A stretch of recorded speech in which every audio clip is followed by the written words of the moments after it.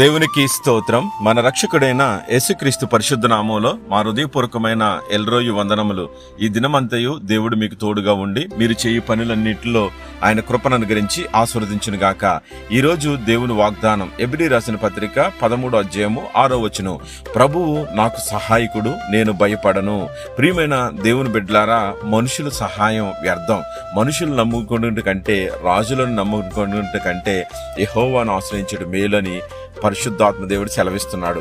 నీకు సహాయం చేసే దేవుడను నేనే అని రోజు నీకు వాగ్దానం ఇస్తున్నాడు. నిన్ను ఏమాత్రం విడవడంట, నిన్ను ఎడబాయడంట.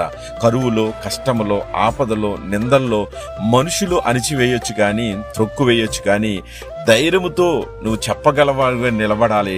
క్రైస్తవుడు అయిన నీవు క్రీస్తు పక్షాన నిలబడి, మనం ప్రభువే యెహోవా వలన మాత్రమే నాకు సహాయం కలుగుతుంది, వేరే ఎక్కడి నుంచి ఎవరి దగ్గర నుంచి రాదు అని సాక్షిగా నిలబడాలంట. అందుకే మనుషుల సహాయం చేసినా గాని దేవుని ప్రేమ వలన మాత్రమే వారు ఒకరినొకరు సహాయం చేసుకుంటూ ఉంటారు. సేవకులకు విశ్వాసులు, విశ్వాసులకు విశ్వాసులు, పేదవారికి, అనేక మందికి ఆపదలు ఉన్నవారికి, ఇబ్బందుల్లో ఉన్నవారికి, అనేక మంది అప్పుల భారాలు ఉన్నవారికి, సమస్యలు ఉన్నవారికి, తల్లిదండ్రులు లేని వారికి ఎంతో మందికి ఈ రోజు సహాయం జరుగుతుంది అంటే యేసు పక్షాన ఇదిగో దేవుడిచ్చిన ప్రేమ మాత్రమే. ఆత్మీయులైన మనమందరము కూడా బలహీనలైపోతున్నామని చూసి ఆయన సహాయం చేస్తున్నాడు. కాబట్టి యేసు వైపు చూడు, ఆయన మార్గములో నడువు, ఆయన చెంత చేరి ఒంటరిగా ఉండి ప్రార్థించు.